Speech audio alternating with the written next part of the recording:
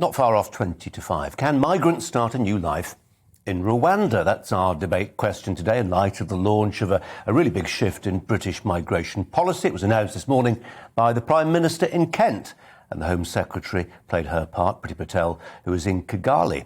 This is what the PM said. Economic migrants taking advantage of the asylum system will not get to stay in the UK, while those in genuine need will be properly protected, including with access to legal services on arrival in Rwanda, and given the opportunity to build a new life in that dynamic country, supported by the funding we are providing. Well, what will it mean for the young men? And our understanding is that it's only single men who will be sent to Rwanda when they get there. We know they're to be housed in a facility currently used by budget travellers after their case is first processed in the UK. Britain will pay for the 5,000-mile one-way ticket to Rwanda, where they'll be offered automatic asylum. But will they want to stay? Think of Rwanda. Many people will remember the terrible genocide of 1994. However, today, some say it's much improved. Some describe it even as the Switzerland of Central Africa. I think they mean that as a compliment. Joining me for the debate is Ben Habib, the businessman and former MEP here in the studio. Scarlett Maguire, the communications consultant and former Labour Party advisor. Thanks for taking part, both. Ben Habib, we'll start with you. What did you make of the PM's announcement today? Well, I thought it was really odd. A very complex system to not enforce our borders, not to take control of our borders, but actually to let people in as we're letting them in at the moment, and then pick out single men, as I understand it, fly them at vast cost, no doubt after judicial challenges in the UK have been heard, fly them at vast cost to Rwanda, and then hope that the Rwandans will treat them in a manner which won't come back to bite the British government in the future. So it seems to me a failure, actually, to protect our borders. It's complex legally. It's going to be incredibly expensive. And I think it has all the hallmarks of moral hazard, which is going to come back and bite our government in the United Kingdom in the months ahead. And I can just see this scheme either never getting off the ground properly, or if it does get off the ground, us having to reverse our position on it after photographs come back from Rwanda with people kept in concentration camp-like conditions. I mean, I can just see all of that I'm now. I'm going to let you put that one in quotation marks, Ben, concentration camp conditions. Let me just put some of those thoughts to Scarlett Maguire, who's here in the studio with me. I mean, Ben makes a very good point about the potential risk of damaging stories. Something goes seriously wrong in Rwanda, and in a sense that becomes our responsibility. We sent them there. But this isn't just a scheme that's been dreamt up solely by the United Kingdom. If you look at the Danish government, centre-left government, quite liberal in many respects, they've been exploring a very similar scheme. Look, I mean, the last people who sent people to Rwanda was Israel. And what happened was after 2 days, the people smugglers got hold of them and they started getting back to Israel. Rwanda does not have a good reputation for looking after refugees. And very, very important, actually, is Ben talked about the cost. The Daily Mail says it'll be more expensive than the Ritz. Well, the people I spoke to said you might as well buy a house for each one of them. That's how much it's going to cost. If you look at what happened in Australia, which I know we're moving on to, the costs are phenomenal. The costs are phenomenal, and there's a question about whether it works. So it's not about deporting the people who are economic migrants. It's about deporting everybody. And what Boris said is there will be access to legal services, and then if you are accepted as an asylum seeker in Rwanda, that's where you're going to stay. So there is no question that you come back to Britain as a genuine refugee, and that's one of the many, many things that's wrong with it. Ben Habib, what would you do instead? I mean, you're not a fan of this plan as outlined by the Prime Minister. What's your alternative? Well, I think we've got to be tough at our borders. The Prime Minister, as part of what he disclosed this morning, is going to put the Royal Navy in charge instead of Border Force. But whether it's Border Force or the Royal Navy, it's at the point that these people enter our waters that they need to be taken to task. And frankly, we've got to toughen up with France. We've got to toughen up our approach to these people as they attempt to enter our water. We've got to tow them back to the French coast and dump them back on French beaches, which is where they came from, and which, by the way, is a French obligation to uphold. The French have a bilateral agreement with the United Kingdom to prevent these people coming across the Channel. We have paid the French government £250 million to ensure that that happens. And actually, we've seen repeated footage of French policemen standing by just watching these boats being launched. We need to take much tougher unilateral action at the point that these people enter our waters, not once they're on our shores, having all the legal rights to, representation in court, fighting things through to appeal, and then at vast cost being sent off to Rwanda and all the rest of it. We've got to stop this at our borders. If he's serious about taking control of our borders, then it has to happen at the United Kingdom's international border point in the sea. Scarlett Maguire, the problem with the international border point in the sea, and the Prime Minister made it very clear today that the Home Office have looked at this. They've looked at using jet skis to push back the small boats, bigger boats to tow them back. The problem is the first person who goes in the water can't swim and dies.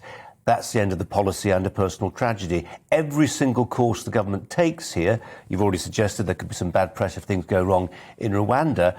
Maybe they just need to accept the bad press. Otherwise, the numbers will keep on growing. They tripled this year. Well, I mean, certainly you're absolutely right that this turning them back when they enter British waters just is never going to work. They've been trying it for a couple of years. Disagree.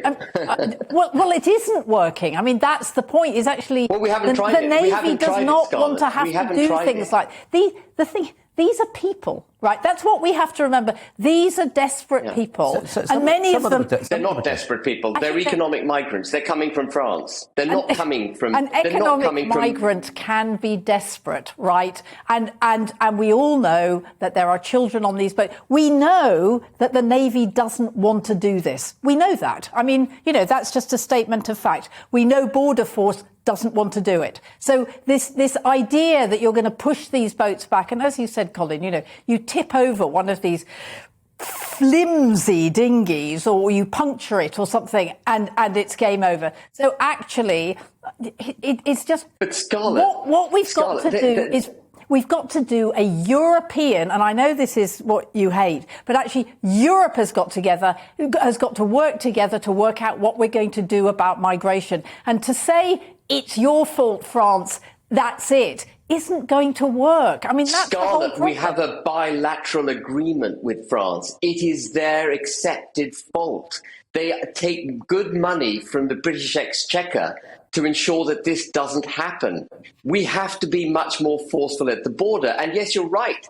This is a European problem, in large part as a result of freedom of movement across Europe, because the minute they get into Europe, they can go right across Europe and come straight to our front door. And why is it that they don't want to stay in France? I mean, what is wrong with France? A lot of them do. Hold on. A lot of them do want to stay in France. A lot of them stay in France. Many more go to stay in France. Many more go to Germany, right? The people who want to come here they speak English, they tend to have family here. I mean, that's what it is. It's not that Britain is this amazing oasis that all the migrants want to come here. Most European migrants, most people who... And remember, these are people who often have already crossed seas to get to Europe. They stay in Europe. And a few of them, thousands, but considering how many migrants are on the move in Europe, come to Britain. Most of them never leave the mainland of Europe, and they never want to. Tens of thousands, and in breach of our international agreement with France, in breach of France's international obligations generally, they need to be pushed back. And the vision that you painted, Colin, of people, drowning at sea, well, they need to be pushed back before they get into British waters. They need to be given clear warnings. And if they come in, they need to be towed back in. And if they jump out of their boats and the odd boat capsizes, well, that is their fault. they would have had good warning, and they would have had safe passage back to France if they'd allowed the British Navy or Border Force, whoever it is, to take control. If they resist, well, so be it. That's on their head. They should go back to France, which is a perfectly sensible country, give or take Macron. but why are they risking their lives to come to England? I mean, that is the question that you have to ask. For some reason, those people are desperate to come to England, and we all know. Go on, Scarlett, have a guess. Well, I think it's because it's because they speak English, because they've got family here, because they feel they can settle here. What do you think it is, Ben? Well, I think it's the generosity of the British Exchequer again. They get treated incredibly well once they land here.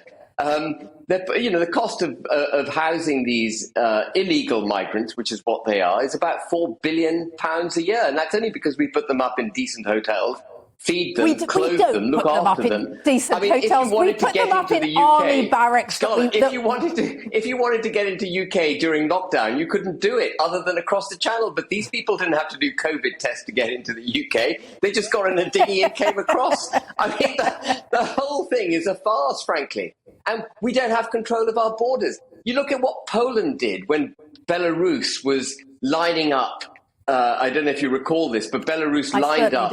Effectively, they created a refugee crisis for Poland. I mean, come on, that was different. They left people to freeze to death. Well, no, hang on. They succeeded in stopping a people smuggling operation which had political support from the Belarusian presidency, and they succeeded in turning the tide, and people ended up flying back to Iraq, etc. But that was easy because it was a land border. We've got the English Channel to contend with, which we've always assumed hitherto was freighted with advantages until we realised 2, 3, 4, 5 years ago that people weren't just coming over during high summer when the waters were passive, but actually they're coming round the clock all year round. So I'll come back to my original question. Both of you will just wind this up. We're talking about Rwanda. Will it have a deterrent effect for some people, Ben Habib? Will the message go down the smartphone chain back to the countries of origin?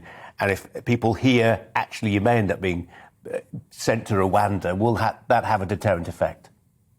Well, if it works and people get sent to Rwanda and they have a good life in Rwanda, it may even encourage more people to try the trip because they get a free flight to Rwanda. And the notion that it's going to deter people from coming to the UK is predicated on going to Rwanda being an awful outcome. Ben, I do love this job. I do love this job. Somebody's always capable. I do love this job. Somebody's always capable of thinking something I hadn't thought of. Scarlett, last word to you. Will it be a deterrent? I think in the end it won't be, that they'll find another way of getting here. I think what it will be a deterrent to is when are we going to allow refugees into this country? To which some will say there have been for decades. Scarlett Maguire, she's winding up again. Scarlett Maguire and Ben Habib, thanks both very much indeed for a civilised debate. Thanks very much indeed.